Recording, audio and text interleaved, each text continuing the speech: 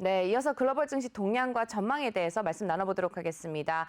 오늘 도움 말씀 주실 분 멀린78의 이민우 대표 자리해 주셨습니다. 안녕하세요. 안녕하십니까? 네, 앞서서 오프닝에서 말씀을 좀 나눠봤습니다만은 미국 증시 또 기업들의 호실적이 굉장히 많이 나오고 있죠. 네. 이번 주에 또 기업 실적과 더불어서 실업 지표도 있고 인플레이션에 대한 뭐 우려라든지 뭐 인프라 부양책 뭐 다양한 이슈들이 좀 있는 것 같습니다. 네. 증시 동향 어떤 시각으로 봐야 될지 좀 정리해 주신다면은요. 네, 뭐 지난주에 이제 다우랑 S&P가 최고치를 경신하면서 이게 이제 드디어 이제 경기가 완전히 회복세에 좀 접어들었고 이 탄력을 좀 이어간다 뭐 이런 느낌을 확실히 받았는데요. 이게 계속 이 기업 실적이 발표되면서 뭐 구경제, 신경제 다 나눠질 수 있겠지만 구경제는 그 작년도에 이제 어떻게 보면 하락했던 것들이 이제 반등하면서 그 반등 국면에 그 확실한 반등 조짐을 좀 보이면서 그 기대 심리를 좀 충족시키는 것 같고, 그리고 신경제 이제 기술 기업으로 특징될 수 있는 그런 기업들 같은 경우는 주가가 많이 올랐던 부분이 하락했지만 그 많이 올랐던 부분의 밸류에이션을 이제 수렴하는 과정에서 그 올랐던 부분을 어떻게 충족시키는 그런 실적을 좀 보여주고 있는 것 같습니다. 그래서 지난주와 마찬가지로 이번 주도 그 대부분의 기업들이 실적 발표를 하면서 그렇게 큰 그 하락세는 없을 것 같고요. 그 지수 전체로는. 그리고 특히 이제 S&P 500 같은 경우는 이제 그 리서치 기관에서 조사해본 바로는 2010년 이후에 지금 그 30% 정도 이제 전년 대비해서 그 이익이 상승한 걸로 봐서는 2010년 이후에는 최고치 상승이라고 하니까요.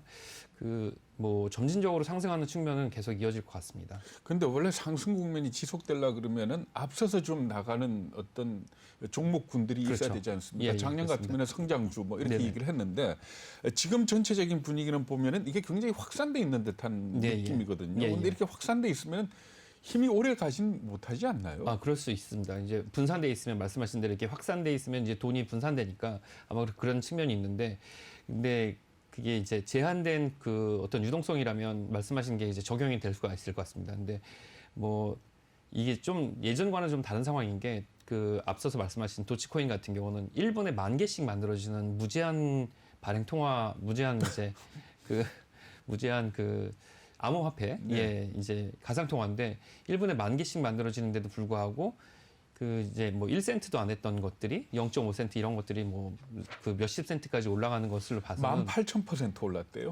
180배 올랐대요. 네. 근데 이거는 이제 어떻게 보면은 그 제한 없는 통화량이 이제 만들어내는 그런 영향이라고 좀 볼 수가 있을 것 같습니다. 근데 이제 뭐 한간에는 앨런 머스크가 자기 뭐 사무실에 도지코인을 만드는 그런 컴퓨터를 가지고 채굴량을 채굴을 하고 있다. 뭐 그래서 이걸 채굴해서 이걸 팔고 그 도치코인을 띄우면 뭐 이 비트코인 가격이 떨어지니까 비트코인 가격이 떨어졌을 때 그 도치코인을 팔아서 이걸 산다. 뭐 이런 얘기까지 인터넷에 떠돌고 있을 정도니까요. 근데 그 정도로 그 통화량이 많이 있으니까 사실 이게 어떻게 보면 이제 그 기업 실적이 좀 분산돼서 이 힘이 좀 약해질 수 있을 것 같은 그런 느낌이 있지만 유동성이 너무나 많이 공급됐기 때문에 예전보다는 좀 더 길게 갈 것 같고요. 그리고 그 기저 효과에 대한 그 측면이 좀 강한 게 좀 있어서 뭐 보통 뭐 2, 3주 또는 한 달 이 정도 갔던 그런 강세장은 약간 더 이어질 것으로 좀 보여집니다. 근데 돈으로 흥한 자 돈으로 망한다. 돈으로 흥한 시장 결국은 그렇죠. 이게 빠질 때 무섭게 빠지는 거 아닙니까? 우리가 그렇습니다. 이때까지 해본 경험으로는 네. 뭐 그렇다면 결국 올라갈 때는 같이 타고 가는 게 좋긴 한데 네네. 어떨까요? 지속력은? 지속력은 그 말씀하신 대로 이제 기업의 본질 가치랑 무관하게 올라가는 것들은 반드시 그 영향을 받을 수밖에 없겠죠. 네. 네, 그 지금 기업 실적 발표 내용을 보면 이제 예상했던 것과 좀 부분적으로 일치하는 것들, 뭐 이제 은행주 같은 경우는 자산을 많이 갖고 있는 것들은 실적이 나쁠 것이라고 예상했던 것들이 실적 반등을 좀 하고 있고, 그리고 기술주에서도 뭐 성장주들은 제외하고 실제로 자산을 많이 가지고 있고 이제 이미 가치에 편입돼 있던 그런 종목들은 뭐 예를 들어서 넷플릭스 같은 경우는 뭐 이제 20일 날 실적 발표가 있는데 이 매출액 기준으로는 분기로는 89%가 성장을 했고 네. 이익 기준으로는 24%가 성장을 했습니다. 이제 전년 동기 대비 아니면 분기 대비요. 네네. 전분기 대비해서 자, 전분기 대비요. 그렇게 이제 성장을 하고 있으니까 굉장히 많이 성장을 하는 거죠.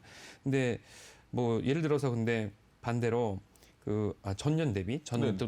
동기 네. 대비 이제 그 유나이티드 에어라인 같은 경우는 뭐 유나이티드 에어라인이나 아메리칸 에어라인 같은 경우는 59%나 52%씩 그 수입 줄어들게 됩니다. 이제 그런 경우는 이제 반대로 뭐가 있냐면 그렇게 한번 빠지게 되면 다시 반등을 할 거라는 그 확실한 기대감이 좀 존재를 하게 되는 거죠.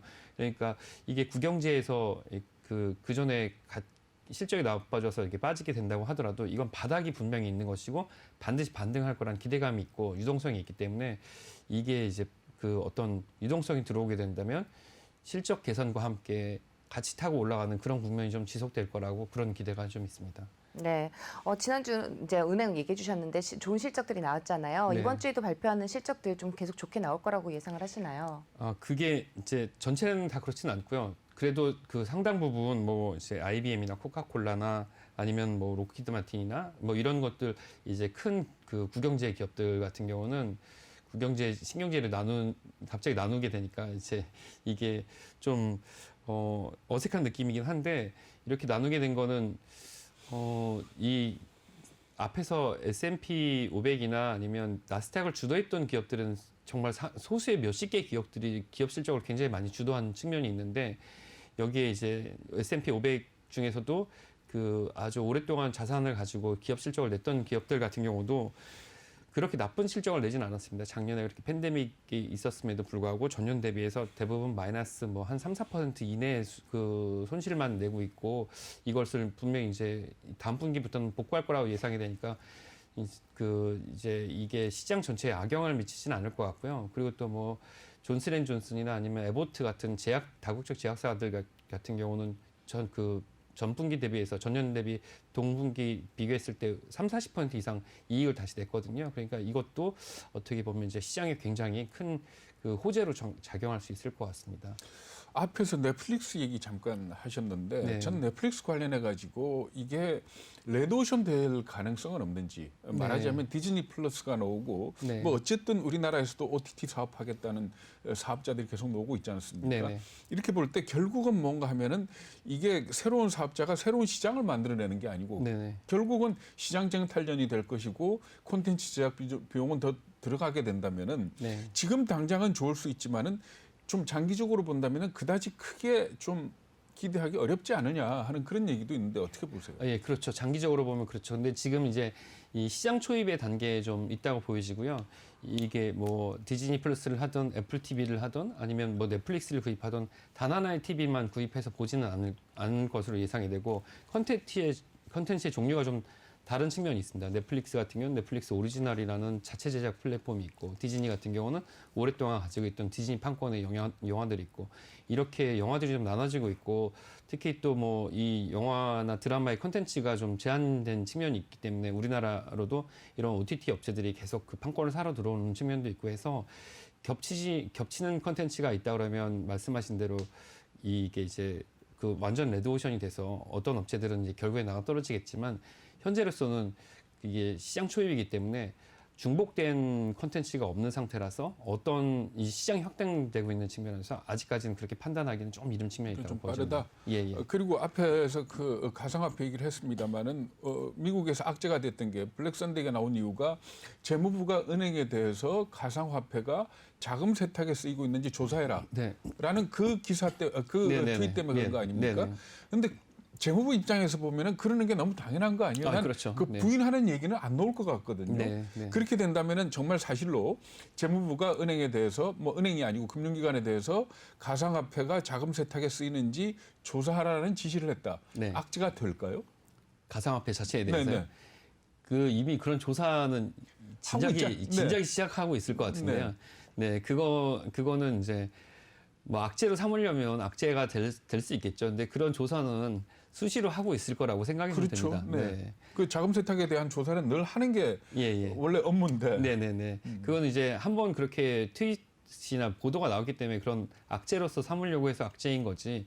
뭐 누군가 그런 뭐 그것도 이제 어떻게 보면 불법 행위지 않습니까? 그렇죠. 예. 이제 그런 불법과 탈법 행위를 했다 그러면 항상 조사를 하게 되는 게 이제 그 어떤 당국의 입장이죠. 예. 그러니까 그것은 뉴스가 될 때마다 문제가 삼으려면 삼을 수가 있겠죠. 근데 그게 여기서 특징이 나타나는 게 그런 가상화폐나 암호화폐의 취약성이 그런 당연한 조치에 대한 뉴스가 하나 나올 때마다 시장 가격이 흔들리는 것 자체가 그 자체 시장이나 그 아이템의 특성이 굉장히 취약하다. 그렇죠. 이렇게 펀더멘탈이 없다. 뭐 이 부분이겠죠. 예, 그렇습니다. 네.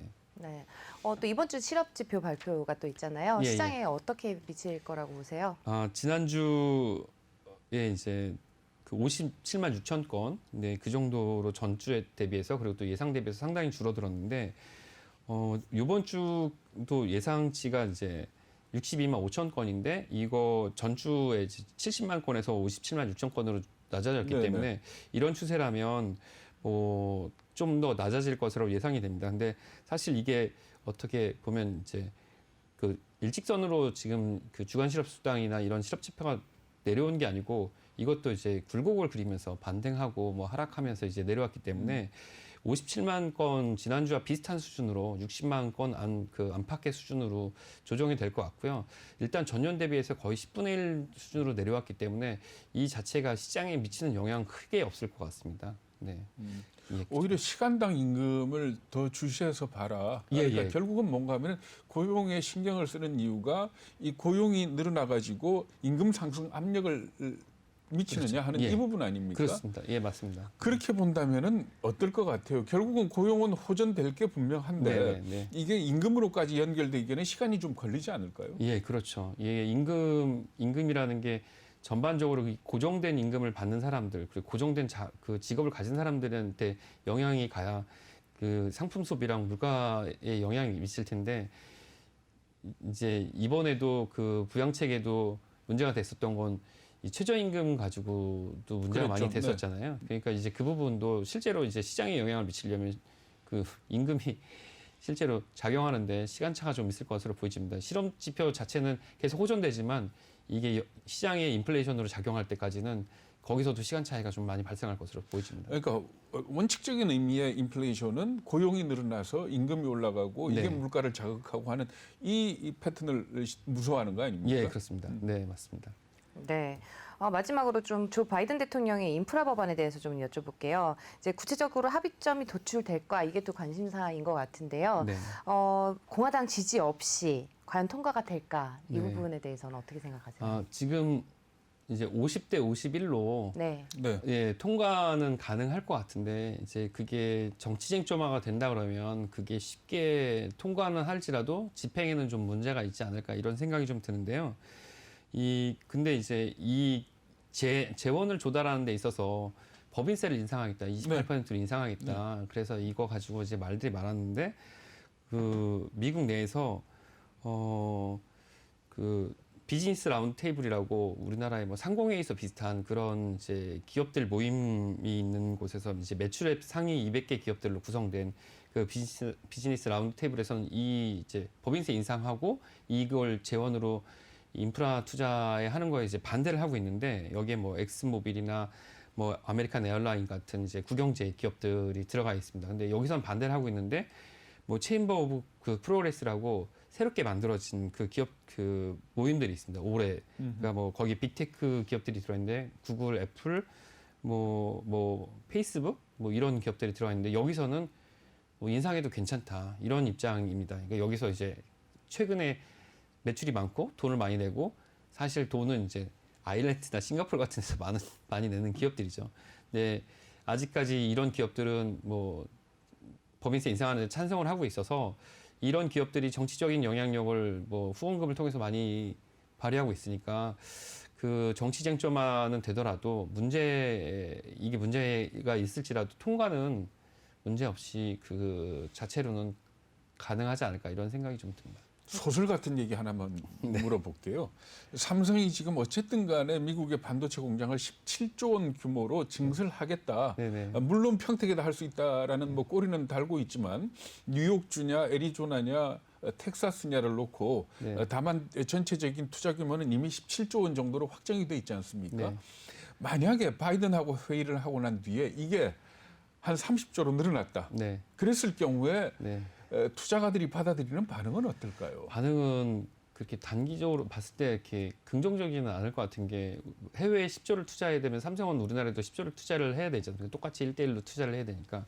근데 30조라는 금액을 크게 투자를 해야 된다라면 이제 배당을 13조 원씩이나 이제 진짜 제대로 된 주주 친화적 정책을 하고 있는 이 와중에 해외 투자를 해야 된다라면 잉여금이 없어질 테고 예, 그렇게 된다라면 이게 이제 시설 투자랑 R&D랑은 별도의 문제이기 때문에 기술 개발을 하고 앞으로 뭐 이제 경쟁력을 갖게 되는 데는 어떤 악영향이 되겠죠. 근데 미국에서 그런 요구를 했다 그러면 거절할 수 없는 거고 TSMC 같은 경우는 미국에서 요구를 하니까 미국에다 공장을 새로 지으면서 중국에다 반도체 공급을 중단하겠다 이런 얘기도 했으니까 삼성도 어떻게 보면 결국에는 그런 제안을 안 받아들일 수는 없을 것으로 좀 보여집니다. 그렇게 된다면 시설 투자가 너무 많아지고 나중에 공급 과잉이 됐을 때 장기적으로 그런 기업에는 리스크를 안게 되니까 투자자 입장에서는 그렇게 긍정적인 요인으로만은 볼 수는 없을 것으로 보여집니다. 근데 시장에서는 그런 루머가 살살 나오고 있는 것 같아요. 네. 고민이 네. 되는 얘기네요. 네. 이번 한 주 증시 또 어떻게 예상을 해볼 수 있을까요? 네. 지난주에 제가 말씀드리고 싶었던 말씀이 태평성대 네. 이런 태평성대가 또 있을까 싶었는데 이번 주도 지난주 같은 그런 태평성대는 아니지만 안정적인 그런 흐름을 가질 가능성은 50%보다는 높다 이렇게 생각이 좀 됩니다. 네. 뭐 비트코인처럼 막 플래시 크래시를 막 겪거나 이런 상황은 네, 그런 벌어지지 않아요? 상황은 없을 것으로 좀 보여지고요. 네. 근데 항상 이게 한편으로는 이런 상황이 과연 정상적인 상황일까? 왜냐하면 기업의 본질 가치가 좋아서 올라가는 거 말고도 그냥 묻어가는 그런 시장이 너무 크기 때문에 네. 이것에 대한 반드시 어떤 영향은 언젠가 찾아오지 않을까 이런 생각입니다. 그래서 투자자 여러분도 시청자 여러분도 그런 경계심을 항상 가지고 계셨으면 좋겠습니다. 그러니까 9회 말은 아니다 손 치더라도 적어도 8회 말쯤 되는 자세로 항상, 예, 그렇습니다. 네.